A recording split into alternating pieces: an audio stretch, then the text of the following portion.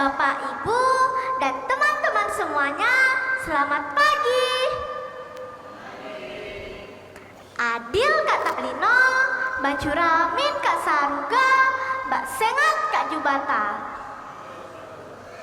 Tutu nak tiop, akal ngamidop.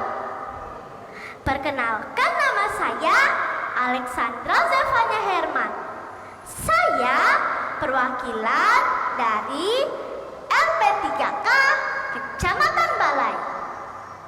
Pada pagi hari ini, saya akan bertutur kitab suci yang diambil dari berikop Injil Lukas bab 15 ayat 11 sampai 32. Teman-teman mau mendengar kisahnya? Pada suatu hari, Yesus berkata, ada seorang bapak yang mempunyai 2 orang anak, yaitu si bungsu dan si sulung. Keduanya memiliki sifat yang jauh berbeda. Si bungsu sifatnya pemalas, sedangkan si sulung sifatnya rajin dan bekerja keras. Pada suatu hari, si bungsu berkata kepada ayahnya, "Bapak, tolong berikan harta warisan milik kita yang akan menjadi hakku." Nah teman-teman, masih mau melanjutkan kisahnya? Ayahnya pun lalu membagi-bagi harta warisannya kepada kedua anaknya. Beberapa hari kemudian, si bungsu menjual harta warisannya lalu pergi ke negeri yang jauh sekali. Di sana, ia hidup berfoya-foya bersama dengan teman-temannya. Setiap hari kerjanya hanya berpesta pora, makan dan minum sampai mabuk.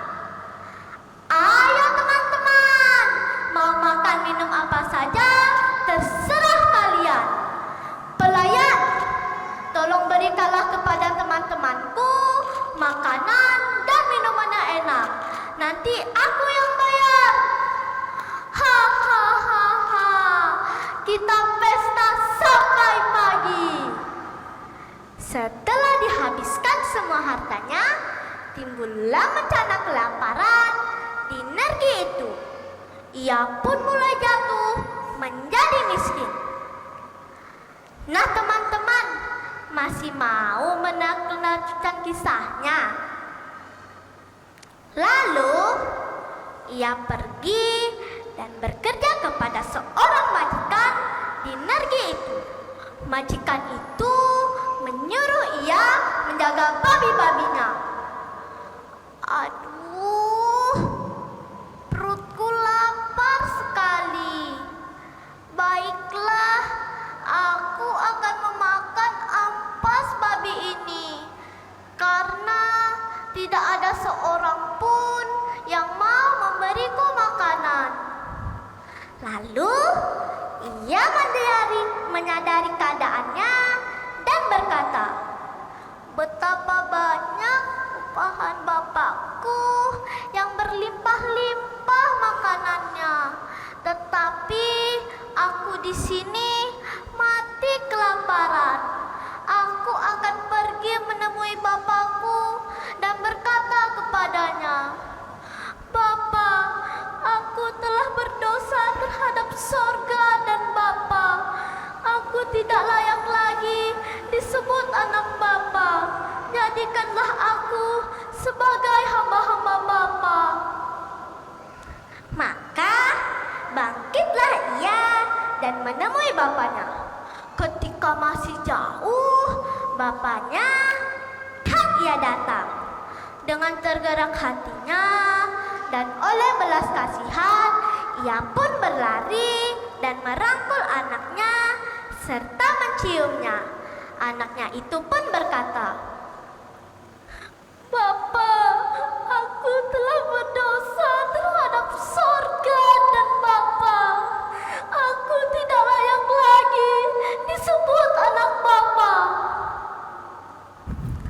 Nah teman-teman, penasaran ya? Tetapi ayahnya berkata kepada hamba-hambanya, "Lukas bawa kembali jubah yang terbaik, dan kenakanlah itu kepadanya, dan kenakanlah cincin pada jarinya, dan sepatu pada kakinya, dan sembelihlah lembu tambun, dan marilah kita makan dan bersuka cita, karena anakku ini telah mati dan hidup kembali." Maka mulailah mereka berpesta dekat rumahnya. Tetapi ketika si sulung pulang dari ladang, ia mendengar suara seruling, nyanyian, serta tari-tarian. Lalu ia bertanya kepada hambanya, "Apa arti semua itu?" Hambanya itu pun menjawab, "Adikmu telah kembali. Ayahmu menyembelih anak lembu tambun karena ia mendapatkannya dengan kembali dengan sehat." Mendengar percakapan hamba itu, si sulung pun marah dan tak mau masuk rumah. Bapaknya yang melihat ia tak mau masuk rumah, keluar dan berbicara dengannya dengan kasih. Tetapi si sulung menjawab, "Bapak, telah bertahun-tahun aku tinggal bersama Bapak, dan belum pernah aku melanggar perintah Bapak. Tetapi kepadaku belum pernah Bapak menyembelih anak lembu tambun dan bersuka cita bersama dengan sahabat-sahabatku.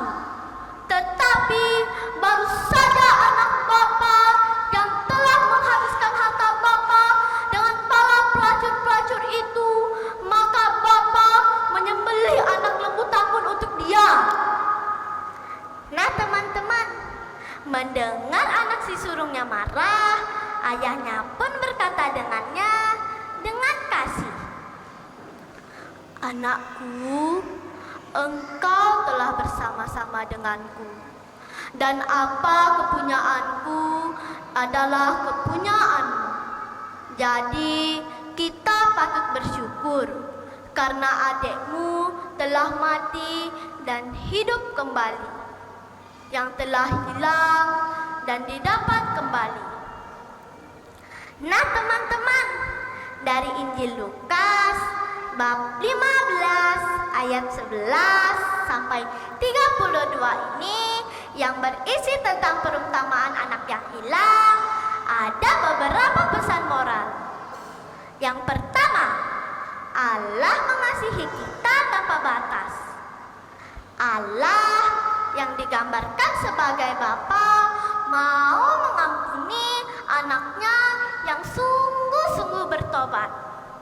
Yang kedua, kita hendaknya memiliki sikap kerendahan hati, mau mengampuni semua kesalahan kita, dan oleh rendah hati memohon pengampunan dari Bapa. Yang ketiga, kita hendaknya memiliki sikap adil dan kasih, karena kita semua adalah anak yang berharga di mata Tuhan. Nah Dewan Juri yang saya hormati, demikian bertutur kitab suci yang saya bawakan pada pagi hari ini. Bila ada kata-kata saya yang kurang berkenan di hati hadirin semuanya, saya mohon maaf sebesar-besarnya. Bunga melati harum baunya, terpajang indah di Taman Sari. Terima kasih